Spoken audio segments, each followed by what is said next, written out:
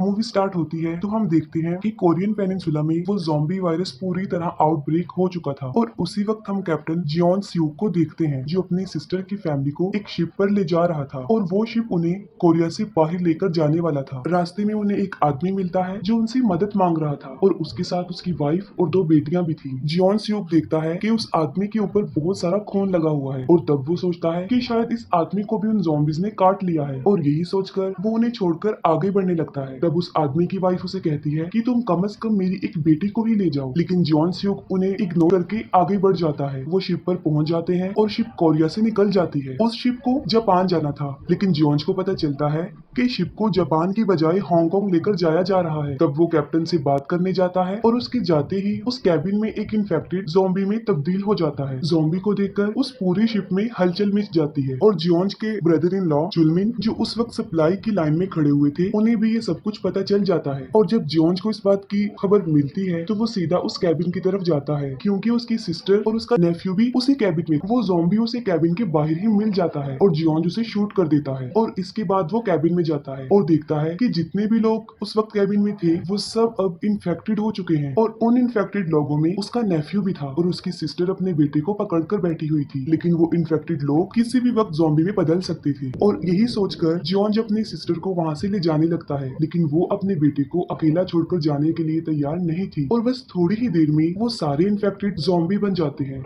और उन लोगों पर अटैक कर देते हैं। जियोन उन सबको मारने की कोशिश करता है और वो देखता है कि उसका इन्फेक्टेड नेफ्यू अपनी मदर को काट रहा है, लेकिन इसके बावजूद भी वो कुछ नहीं कर सकता था। और तभी वहाँ पर चुलमिन भी आ जाता है जो कैबिन का दरवाजा बंद करके उसे बाहर ही रोक देता है। कैबिन के सारे ज़ॉम्बीज उसकी सिस्टर को खा रहे थे और वो सब कुछ अपनी आंखों के सामने देख रहा था। इसके साथ ही हमें पता चलता है कि ये जो कुछ भी हुआ था वो 4 साल पहले हुआ था। उस शिप पर कुछ इन्फेक्टेड लोग थे और वो लास्ट शिप थी जो हांगकांग गई थी। फिर हमें 4 साल के बाद का टाइम दिखाया जाता है जहाँ पर हमें जॉन और चुलमिन दिखाए जाते हैं जो अब हांगकांग में ही रह रहे थे। हांगकांग के लोकल लोग उन लोगों को पसंद नहीं करते थे क्योंकि वो रेफ्यूजीज थे। एक दिन कुछ गैंग मेंबर्स उनके पास आते हैं और उन्हें अपने बॉस के पास लेकर जाते हैं। उनका बॉस उन लोगों को एक जॉब ऑफर करता है। उन लोगों को 4 लोगों की एक टीम बनाकर दोबारा से कोरियन पेनिनसुला में जाना था जो अभी भी क्वारंटीन है और ज़ॉम्बी से भरा हुआ है। उनका टारगेट ये था कि पेनिनसुला में उन्होंने एक फूड ट्रक बाहर निकालना था जिसमें तकरीबन $20 मिलियन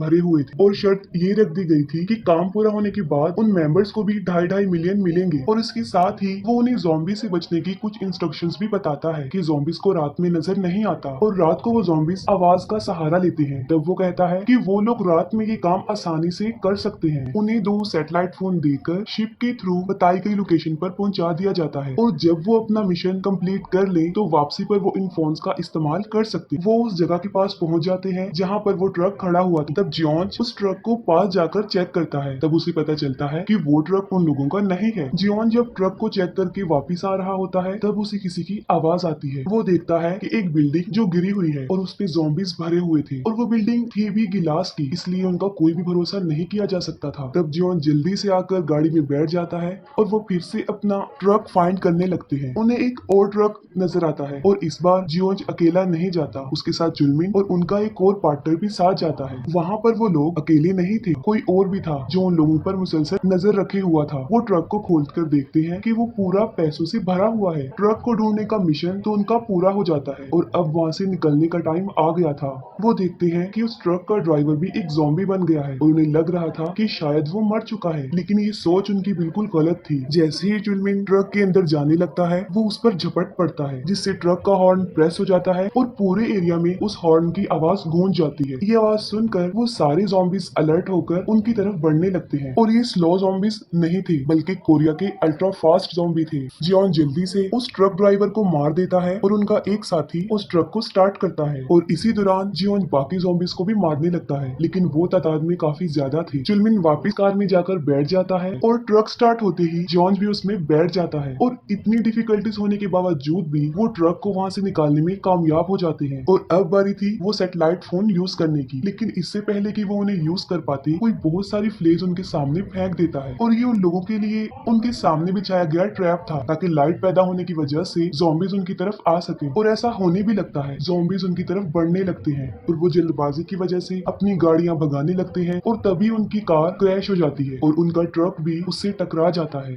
और जॉन सीधा ट्रक से बाहर जाकर गिरता है। वो देखता है कि उसके तीनों साथी मर गए हैं, लेकिन असल में ऐसा नहीं था। चुलमिन जल्दी से ट्रक के पीछे घुस गया था और ट्रक ड्राइवर भी अभी जिंदा था, लेकिन जॉर्ज के पास इतना टाइम नहीं था कि वो उन्हें चेक करे। ज़ॉम्बीज ने चारों तरफ से उसको घेर लिया था और उनसे मुकाबला करके एक वक्त ऐसा आता है कि वो हार मान जाता है और तब एक कार आके उसकी हेल्प करती है और उस कार को एक लड़की जून ड्राइव कर रही थी। उसके साथ उसकी छोटी बहन भी बैठी हुई थी। वो जॉर्ज को कार में बिठाकर वहाँ से निकलते हैं, लेकिन ज़ॉम्बीज जो कि हर तरफ फैले हुए थे और बड़ी मुश्किल से जून उन ज़ॉम्बीज से कार को बचाकर वहाँ से भागती है। जून कार को एक ब्रिज के नीचे पार्क कर देती है क्योंकि सामने ज़ॉम्बीज का एक बहुत बड़ा झुंड था। और अब यहाँ पर जून की छोटी सिस्टर यूजिन समझदारी का काफी मुजाहिरा करती है। वो अपनी रिमोट कंट्रोल कार निकालती है जिस पर उसने काफी हैवी टेक्नोलॉजी लगाई हुई थी। उससे वो ज़ॉम्बीज का ध्यान बटाती है और वो लोग सही सलामत वहाँ से निकल जाते हैं। फिर वो अपने घर पहुंच जाते हैं जहाँ पर उनकी मदर एंड फादर थी और ये दोनों हस्बैंड और वाइफ वही थे जिन्हें 4 साल पहले जॉर्ज इग्नोर करके चला गया था। और उसके हाथ में जो छोटी बच्ची थी वो यूजिन थी जिनकी जान बचाने से जॉर्ज ने इनकार किया था। आज उन्हीं ने उसकी जान बचाई। दूसरी तरफ उन लोगों के ट्रक के पास एक पूरा गैंग पहुंच जाता है और इस गैंग का नाम यूनिट 631 था जिसका लीडर था फर्स्ट क्लास होंग। वो देखता है कि ट्रक ड्राइवर अभी भी जिंदा है, लेकिन उसकी जान बचाने की बजाय वो उसे मार डालता है। और यहाँ पर हमें इन लोगों के नेचर के बारे में पता चलता है कि ये भी किसी ज़ॉम्बी से कम नहीं है और ये वही गैंग था जिन्होंने इनके सामने फ्लेस फेंकी थी उन लोगों को फंसाने के लिए। वो उस ट्रक को लेकर वहाँ से चल पड़ते हैं, ये सोचकर कि शायद वो फूड से भरा हुआ होगा। वो अपने मिलिट्री कंपाउंड तक पहुँचते हैं जहाँ पर वो काफी फेमस थी। दूसरी तरफ जॉर्ज देखता है कि जॉन के फादर एल्डर किम किसी जेन से रेडियो पर बात करने की कोशिश कर रहे हैं और उसे यकीन था कि जेन उन्हें यहाँ से बाहर निकाल लेगी। लेकिन बैड न्यूज ये थी कि मिलिट्री ऑपरेशन 4 साल पहले ही बंद हो चुके थे और उन तीनों को भी इस बात का पता था कि उन लोगों को यहाँ से निकालने के लिए कोई नहीं आएगा। लेकिन जब उन्हें पता चलता है कि जॉर्ज हांगकांग से है तो वो काफी हैरान हो जाते हैं कि 4 साल में उन लोगों को कोई नहीं बचाने आया, लेकिन पैसों की खातिर 1 मिनट लोग यहाँ पर आ गए। जॉन की मदर उससे पूछती है कि उसके बाकी साथियों का क्या हुआ। वो कहता है कि वो सब मारे गए। और उधर जब वो लोग ट्रक खोलते हैं तब उन्हें चुलमिन भी वहाँ से मिल जाता है। वो उसे पकड़ लेते हैं और किसी गेम के लिए उसे ले जाते हैं। एक आदमी उस ट्रक को चेक करता है और जब वो बैग खोलता है तब उसकी भी आंखें खुल जाती हैं। वो सीधा कैप्टन सीईओ के पास जाता है और उसे सारा इंसिडेंट बता देता है। वो जाकर ट्रक को चेक करता है तब उसे बहुत सारी कैश के साथ सैटेलाइट फोन भी मिलते हैं। फोन को ऑन करते ही उस पर कॉल आती है और कॉल उठाने पर सीईओ को पता चलता है कि ये ट्रक किसी ऑपरेशन का पार्ट है जिसमें ट्रक को वापस लाने वाले को पैसे भी मिलेंगे और उन्हें कोरिया से बाहर भी निकाला जाएगा। और बस यही सुनते ही वो खुद ट्रक को बोट पर ले जाने की तैयारी करता है और इस बात को वो सीक्रेट रखता है। दूसरी तरफ चुलमिन को बाकी स्लेव्स के साथ रखा जाता है और उन्हें देखने के लिए बहुत सारे लोग जमा हुए होते हैं। ये एक गेम शो था जहाँ पर ज़ॉम्बीज और इंसानों ने एक दूसरे की आमने सामने आना था और सारे ऑडियंस ये देखने के लिए काफी एक्साइटेड थे। पहला राउंड कुछ लोग ही सरवाइव कर पाते हैं और उनमें चुलमिन भी शामिल होता है। उधर जॉर्ज और वो लोग ये बात डिसाइड करते हैं कि वो मिलिट्री कंपाउंड में जरूर जाएंगे और वो ट्रक में से सैटेलाइट फोन लेने जाएंगे और उसकी मदद से वो पेनिनसुला से बाहर निकल जाएंगे। तब वो डिसाइड करते हैं कि वो रात को यहाँ से निकलेंगे ताकि उन्हें यहाँ से जाने में कोई दिक्कत ना आए। और जॉर्ज को ये बात हजम नहीं हो रही थी कि 4 साल पहले उसने उस फैमिली की हेल्प नहीं की थी और ये बात जाकर वो जून की मदर को बताता है, जिस पर वो बिल्कुल भी हैरान नहीं होती। वो कहती है कि ये कोई बड़ी बात नहीं। दूसरी तरफ कैप्टन सीओ और उसका एक साथी भी बगैर किसी की नजर में आए वहाँ से निकलने की तैयारी कर रहे थे। रात हो जाती है और जॉर्ज और बाकी लोग कार में बैठकर वहाँ से निकल जाते हैं, लेकिन वो लोग मिलिट्री कंपाउंड में नहीं जाते और जून की मदर कार को थोड़ा दूर ही रोक देती है और वहाँ से सिर्फ मिंजू और जॉर्ज ही ट्रक को चेक करने जाते हैं। उन्हें वो ट्रक भी मिल जाता है और ढूंढने पर वो सैटेलाइट फोन भी मिल जाता है, लेकिन अफसोस कि वो मोबाइल टूट गया था। और इतनी देर में कैप्टन सीओ का पार्टनर प्राइवेट किम भी वहाँ पर आता है और उसे गन पॉइंट करके खुद ही सारी बातें उगल देता है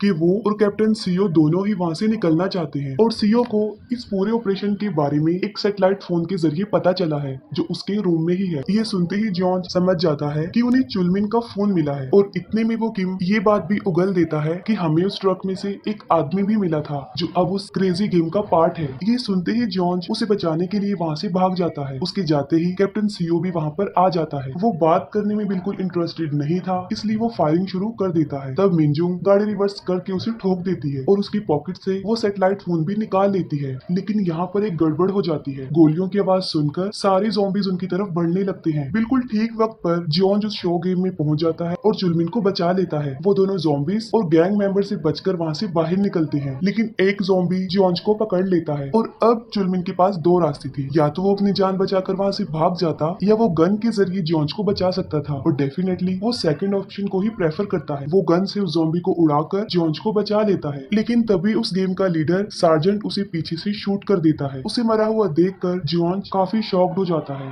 वो काफी दुखी था, उसे कुछ भी समझ नहीं आ रहा था कि वो क्या करे। उसकी तो सारी फैमिली ही अब खत्म हो चुकी है और वो सार्जेंट उसे भी शूट करने ही वाला था। तभी मिनजुंग वो ट्रक लेकर वहाँ पर पहुंच जाती है और वो जियोन को ट्रक में बैठने पर काफी इंसिस्ट करती है। उनके ट्रक को भी ज़ॉम्बीज ने चारों तरफ से घेरा हुआ था और शीशा टूटने की वजह से वो अंदर भी आ रही थी, और तब उन्हें एक लाइट नजर आती है और वो कोई और नहीं जून थी, जो अपनी कार की लाइट से उन ज़ॉम्बीज को अपने पीछे लगा लेती है। बड़ी समझदारी से वो उन ज़ॉम्बीज का ध्यान बटाकर आगे बढ़ने की कोशिश करते हैं, लेकिन उनके पीछे पूरा गैंग पड़ा हुआ था जो उन लोगों को रोकने की पूरी कोशिश कर रहे थे। कुछ गाड़ियों को तो जून ही ठिकाने लगा देती है, लेकिन उसी गैंग में उसके टक्कर का ही एक ड्राइवर उसे मिलता है और वो ड्राइविंग में जून की तरह ही स्किल्ड था, लेकिन जून उससे ज्यादा समझदार थी और वो बड़ी समझदारी से उससे भी पीछा छुड़वा लेती है। बहुत सारी गाड़ियां डिस्ट्रॉय होने के बाद वो गैंग मेंबर डोंग अपनी अगली ट्रिक का इस्तेमाल करता है। वो सभी कार पर लगी हुई बड़ी बड़ी हेडलाइट्स को ऑन कर देता है, जिससे वो ज़ॉम्बीज फिर से उनका रास्ता ब्लॉक करने लगते हैं। जून बड़ी समझदारी से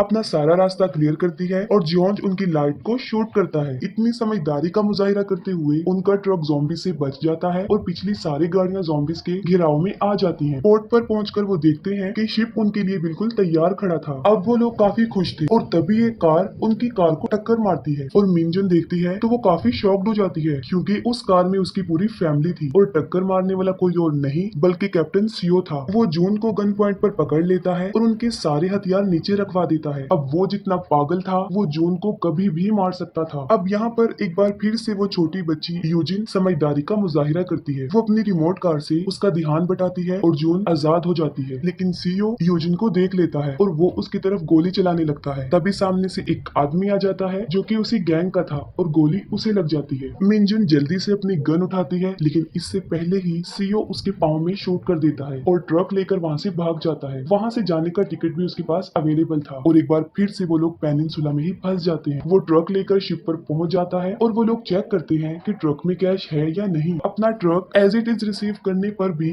वो अपना वादा पूरा नहीं करते और सीओ को शूट कर देते हैं, लेकिन अभी भी सीओ जिंदा था। वो ट्रक को रिवर्स करके फुल स्पीड में ट्रक चला देता है और ट्रक शिप से बाहर आ जाता है। दरवाजा खुलते ही सारे ज़ॉम्बीज अंदर आने लगते हैं और इतने सारे ज़ॉम्बीज को कंट्रोल करना उनके लिए काफी मुश्किल था। सीओ खुद भी डूबता है और उन लोगों को भी साथ लेकर डूबता है, लेकिन ये सब कुछ जॉर्ज और वो बाकी फैमिली भी देख रही थी। जब कैप्टन सीओ यूजिन को शूट कर रहा था तो उसके सामने आने वाला आदमी कोई और नहीं बल्कि उसके फादर एल्डर किम ही थे, जो आहिस्ता आहिस्ता दम तोड़ रही थी और वो मर जाता है। उसके मरते ही एक मिलिट्री चॉपर वहाँ से गुजरता है और वो सब उसे सिग्नल करके रोक लेते हैं। ज़ॉम्बीज भी उनकी तरफ बढ़ रहे थे, लेकिन मिनजुन भाग नहीं सकती थी और इस बार वो जॉन से प्रॉमिस करती है कि अब वो उनकी बेटियों की हेल्प जरूर करेगा। जॉन उसकी दोनों बेटियों को चॉपर की तरफ लेकर जाता है और पीछे से वो उन ज़ॉम्बीज का मुकाबला करती है। वो एक ट्रक में बैठकर उसका हॉर्न प्रेस कर देती है, जिससे सारे ज़ॉम्बीज उसकी तरफ आ जाते हैं। चॉपर पर पहुंचकर वो देखते हैं कि उनकी मदद करने वाली कोई और नहीं बल्कि वो मेजर जेन थी, जिसका उनके फादर ने उनके सामने जिक्र भी किया था। जॉन उन्हें कहती है कि वो उनकी मदर की हेल्प करे, लेकिन वो सोल्जर्स इस काम के लिए मना कर देते हैं क्योंकि सारी सिचुएशन उनके हाथ से निकल चुकी थी। तभी जून उसी की गन निकाल कर उसे गन पॉइंट कर देती है और कहती है